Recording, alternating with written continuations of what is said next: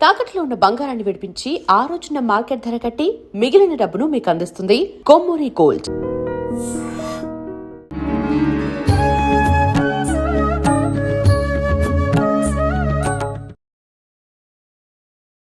నమస్కారం. Welcome to I dream. ధర్మ మార్గం విత్ విజిత కార్యక్రమానికి స్వాగతం. ప్రస్తుతం మనతో పాటు ఉన్నారు సంత్ సదానందగిరి బాబాజీ. మనందరం కూడా అంటే 109 సంవత్సరాల బాబాజీ అని చెప్పి అనుకుంటూ ఉంటాం, పిలుచుకుంటూ ఉంటాం. మరి బాబాజీ ఇప్పుడు నా ముందున్నారు. బాబాజీ ముందే నేనున్నాను. మరి బాబాజీతో మాట్లాడి మరిన్ని విషయాలు తెలుసుకునే ప్రయత్నం చేద్దాం. నమస్కారం బాబాజీ. జై గురుదేవ్. బాబాజీ, మహాశివరాత్రి రాబోతోంది. మరి మహాశివరాత్రి అంటే ప్రతిసారి కూడా మనం అందరము కూడా ఉపవాసం, జాగరణ ఈ నియమాలన్నీ ఆచరిస్తూ ఉంటాము. అసలు ముందుగా శివుడి యొక్క తత్వం తెలుసుకొని ఈ పూజలు, ఆరాధనలు, ఈ ఉపవాసాలైనా జాగరణ అయినా చేస్తే బాగుంటుందేమో అని. అసలు శివుడి తత్వం ఏంటి? ఈ రోజు విశేషంగా అందరూ ఏం చేస్తే బాగుంటుంది? శుక్లాంబరధరం విష్ణుం శశివర్ణం చతుర్భుజం ప్రసన్నవదనం ధ్యాయేత్ సర్వవిఘ్నోపశాంతయేత్. శరదిందు వికాసమందహాసం స్ఫురదిందీవరలోచనాభిరామం అరవింద సమాన సుందరాస్యాం అరవిందాసన సుందరీం ఉపాస్మహే. వసుదేవసుతం దేవం కంసచాణూరమర్దనం దేవకీ పరమానందం కృష్ణం వందే జగద్గురు. మా గురువుగారైనటువంటి మహంత్ హిమాలయ గిరిజీ మహారాజు వారి పాదపద్మములను మనస్సులో స్మరించుకొని అతి దగ్గరలో రాబోతున్న ఈ శివరాత్రి పర్వదినం సందర్భంలో శివరాత్రి గురించి 4 మాటలు మాట్లాడుకునే అవకాశం నాకు కలిగించిన మీకు, చూస్తున్న ఐ డ్రీమ్ వీక్షకులకు సర్వశుభములు, శివరాత్రి జాగరణ ఫలితములు దొరకాలని మనస్ఫూర్తిగా కోరుకుంటూ, శివం అంటేనే శుద్ధత్వం, ఇంకొకటి లేనిది సర్వశుద్ధమైన స్వరూపాన్ని శివం అంటారు. ఆయన త్రినేత్రుడిగా ఉంటాడు. 3 రకాల అగ్నులు మనకు: చంద్రాగ్ని, సూర్యాగ్ని, ఆహితాగ్ని అంటే మనం ఇంట్లో వాడుకునే అగ్ని. మళ్ళీ బాహ్యంగా మనకు కనపడే అగ్ని 3 రకాలుగా ఉంటుంది. బడబాలనాగ్ని అంటాం, అది సముద్రాలలో ఉంటుంది. దావాగ్లనము అంటాము, అది అడవుల్లో కాలినప్పుడు వచ్చే అగ్ని అంటాము. అగ్ని పర్వతాల నుంచి వచ్చే అగ్ని ఉంటుంది. ఎట్లా ఈ అగ్ని ఎప్పటికీ 3 స్వరూపాలతో ఉంటుంది. అందుకు పరమాత్ముడు దానికి సాంకేతికంగా ఆ పరమశివుడు 3 కన్నులతో మనకు కనపడతాడు. ఆ 3వ కన్ను జ్ఞాననేత్రము. జ్ఞానము పరిపుష్టమైపోయినప్పుడు ఆ జ్ఞాన శక్తితో దేన్నైనా సాధించుకోవచ్చు, ఏమన్నా చేయవచ్చు అనే దానికి సాంకేతికంగా ఆ మహానుభావుడు 3 కళ్ళు పెట్టుకొని ఉంటాడు. ఆయన దగ్గర ఉన్న త్రిశూలం ఉంటుంది. అది సత్వతము రజో గుణాలకు ప్రతీక. మనిషిలో 3 గుణాలు ఉంటాయి. మనిషి ఒక్కడు, కాండం ఒకటిగా ఉంటుంది, పట్టుకునే కట్ట, దానిపైన 3 ఉంటాయి.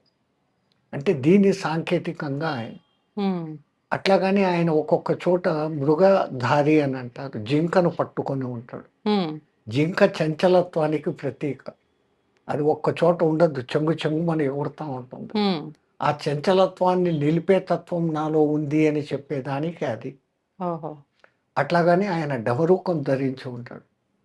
అసలు ఇప్పుడు మనం చెప్తున్న ఈ శబ్దాలకు అవసరమైనటువంటి అక్షరాలన్నీ కూడా ఆ డమరుక నాదం నుంచి దక్ డుమక్ తుదక్ అని చెప్పేసి కొన్ని రకాల శబ్దాలు ఉత్పత్తి అయితే వాటిలో నుంచి మనకు అక్షరాలు వచ్చాయి. అది డమరుకం శక్తి. ఆ మహానుభావుడు వాడుతున్న ప్రతి ఒక్కటి చూసేకి నిర్లిప్తగా కనపడుతూ సర్వాన్ని తనలో పెట్టుకొని కూడా నిర్లిప్తంగా ఉండడం నేర్పిస్తున్నాడు.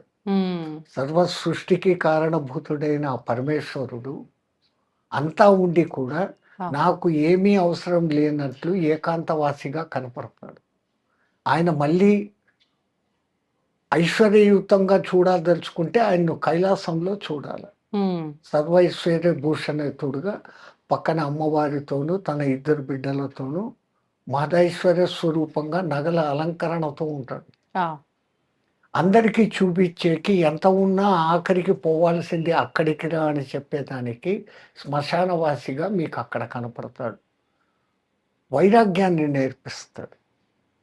ఇంతటి ఈ పరమాత్ముడి తత్వాన్ని మనకు మన పూర్వీకులు ఆరోగ్య రహస్యాలను కూడా దాచిపెట్టి ఉమ్, కనీసం నెలకొక్కసారి నువ్వు ఆ శివుని ఇటువంటి ఈ శివుని మీద ధ్యాస పెట్టి ఆ, ఉపవాసం చేయరా జాగరణ చేయరా ఒళ్ళుకు మంచిది అన్నట్లు వాళ్ళు పెట్టారు.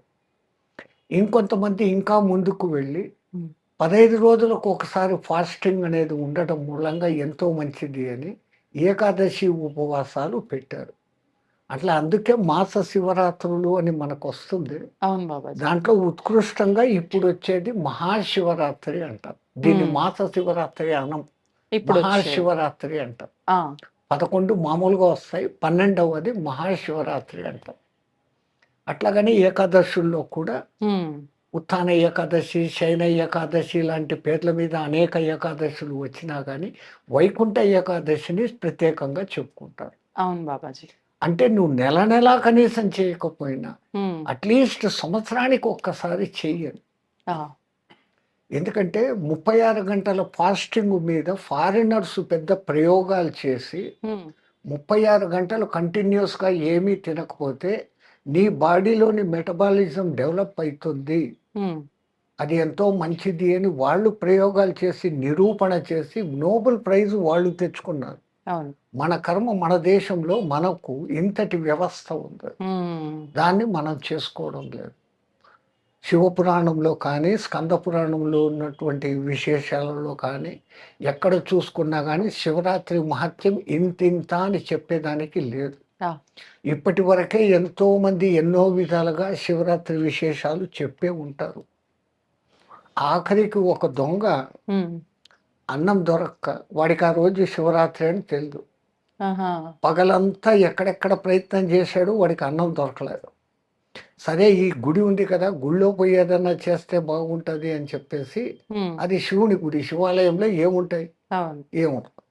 అక్కడ దీపం కొండెక్కిపోతుంది, ఈ లోపలికి వెళ్ళేసరికి దీపం కొండెక్కిపోతుంది. ఉహు, తనకేమన్నా కనపడాలి కాబట్టి ఆ దీపాన్ని కాస్త పైకెక్కించి అక్కడ ఉన్న నూనె పోసాడు.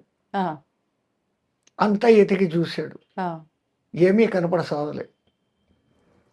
పొద్దున పూట వీళ్ళు ఏమన్నా తెచ్చి పెడతారా, ఏదన్నా అవుతుందా అనేసి బయటకు వచ్చి చెట్టు ఎక్కాడు. ఉమ్, ఆ చెట్టు వాడికి తెలియదు, బిల్వ చెట్టు. ఓ, ఇంకా టైం పాస్ కోసం ఏమీ తెలియక ఆ చంద్రుడిని చూసుకుంటే ఎప్పుడెప్పుడు తెల్లాడుతుందా అనుకుంటూ ఉమ్, ఆ ఆకులను తుంచి తుంచి కింద వేసాడు. ఉమ్, వాడికి తెలియకుండానే దీపాన్ని ముట్టించిన పుణ్యము, బిల్వపత్రాలు శివలింగం మీద వేసిన పుణ్యముతో ఆ దొంగకు మోక్షం కలిగింది అనేసి కథ చెప్తారు. అంటే తెలిసి చేసినా తెలియక చేసినా శివారాధనకి ఫలితం ఉంటుంది అని. అది కారణం, అస్సలు చెప్పదలుచుకునేది విషయం అది. ఉమ్, తెలియక చేస్తేనే అంత పుణ్యం వచ్చినప్పుడు తెలిసి ఆ దినమంతా శివనామోచ్చరణ చేసుకుంటూ, ఉమ్, ఇంకా శక్తి ఉంటే శివస్థుతులు స్తోత్రాలు చేసుకుంటూ ఉమ్, వలక్షాణంగ భస్మాంగం కరలేపాంగన భూషితం అనేసి ఏదో ఒకటి చెప్పుకుంటూ చేసినప్పుడు ఉమ్, దాని ఫలితం ఇంకా అద్భుతంగా వస్తుంది ఆ. అనేసి ఈ శివరాత్రికి అంత ప్రాశస్తం పెట్టుకున్నాం. మీరు ఇంతకు ముందు శివుడు వైరాగ్యాన్ని కలిగించటం కోసం శ్మశానంలో ఉంటారు అని చెప్పి, అంటే వైరాగ్యము అంటే బంధాలు బంధుత్వాలను అన్నిటినీ వదిలేసి వైరాగ్యంలో ఉండటమా, ఏ రకంగా బాబాజీ? అన్నిటిలో ఉంటూ అన్నిటికీ అంటకుండా ఉండడం నిజమైన వైరాగ్యం. అది ఎలా సాధ్యపడుతుంది బాబాజీ? సాధ్యపడుతుందా? ఎందుకు, ఇప్పుడు పద్మపత్రమివాంభస్సి అంటారు, ఉమ్, నీళ్లు తామర పువ్వు నీళ్ళలో అంటనట్లు. ఆ, ఇప్పుడు సంసారంలో ఉన్నాను, ఒక ఉద్యోగంలో ఉన్నాను, ఇది నాది కాదు, పరమాత్ముడు నాకు ఇచ్చినటువంటి ఈ పోస్ట్, ఉమ్, దీన్ని నేను జాగ్రత్తగా నిర్వర్తించుకుంటాను. ఆ, ఆ జగన్నాటక సూత్రధారి ఒక డైరెక్టర్ అయితే ఉమ్, ఆయన నడిపిస్తున్న ఈ జగన్నాటకంలో ఒక్కొక్కడికి ఒక్కొక్క పాత్ర ఇచ్చి పంపాడు. ఆ, ఆ డైరెక్టర్ను దృష్టిలో పెట్టుకొని ఆయన మీద భయభక్తులతో ఆయన చెప్పినట్లు మన పాత్రను మనం నిర్వర్తించుకుంటూ పోతున్నాము తప్ప ఉమ్, నాది నాది అని అనుకుంటూ కూర్చుంటే ఏది నీది కాదు, అది అందరికీ తెలిసిన విషయమే. అవును. అట్లా ఉండి అన్నీ కావాలా, భార్య బిడ్డలు వాళ్ళను పోషించాలా, ఇది నీ బాధ్యతని ఆయన ఇచ్చిందే. ఉమ్, దాని నిర్వహణకు ధన సంపాదన చేయాల్సిందే, అక్రమ సంపాదన చేయమని చెప్పాల. ఆ, అంటే న్యాయమైన సంపాదన సంపాదించు, న్యాయమైన కోరికలను తీర్చుకుంటూ వెళ్ళడం, ఉమ్, అక్కడ అంటి ముట్టనట్లు ఉన్నట్లే.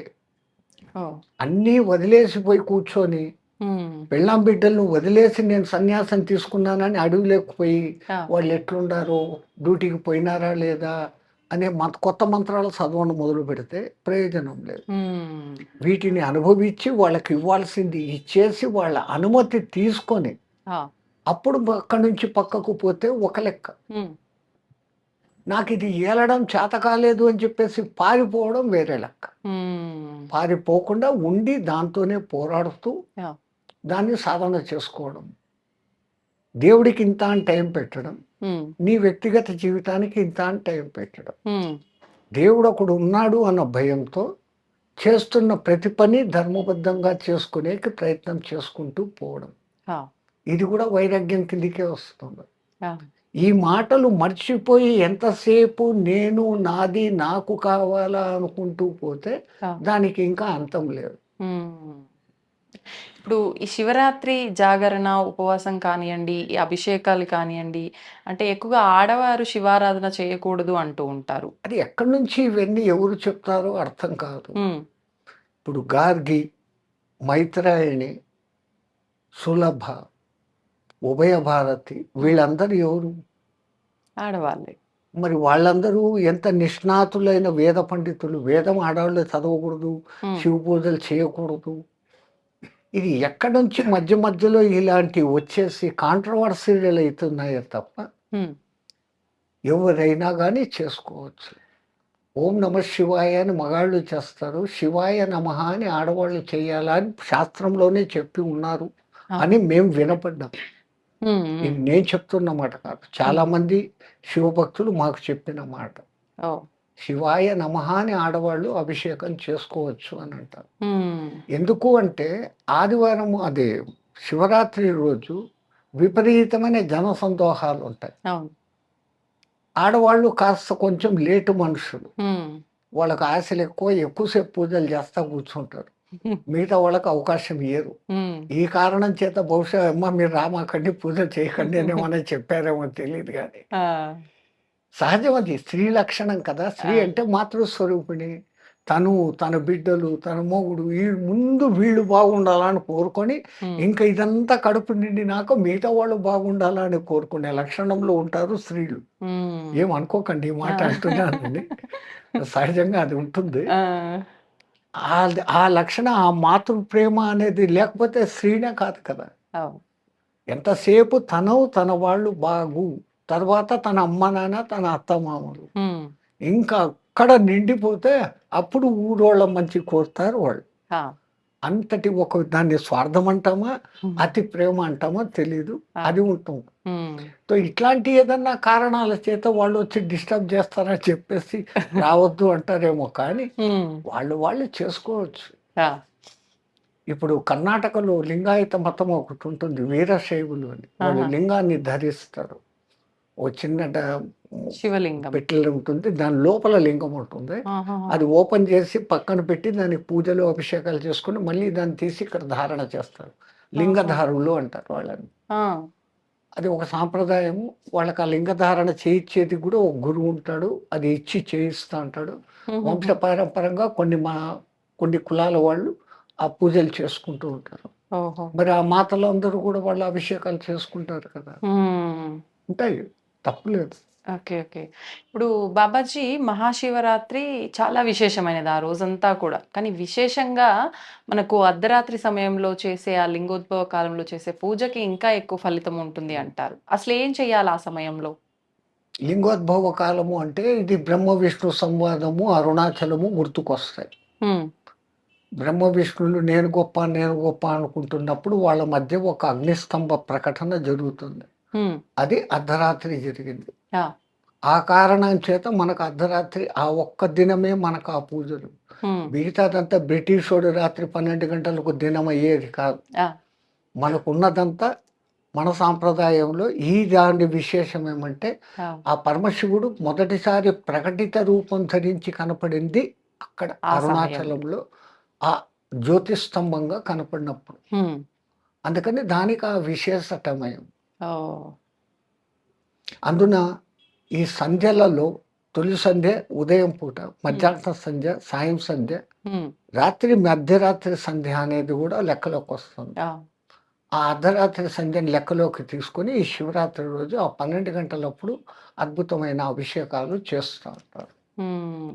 నిజంగానే అది ఫలితం రెట్టింపు ఉంటుందా బాబాజీ ఆ సమయంలో చేసేది? తప్పనిసరిగా. ఆ, ఎందుకంటే కొన్ని రకాల డైమెన్షన్‌లో ఈ భూమి తిరుగుతూ ఉంటుంది కదమ్మా! ఉమ్, ఆ తిరుగుతున్నప్పుడు ఆ రాత్రి 12 గంటలప్పుడు అక్కడ జరిగేటువంటి కాంటాక్టివిటీ కొంచెం వేరుగా ఉంటుంది. ఓకే. దానికోసమని. ధన్యవాదాలు బాబాజీ. జై శ్రీమన్నారాయణ.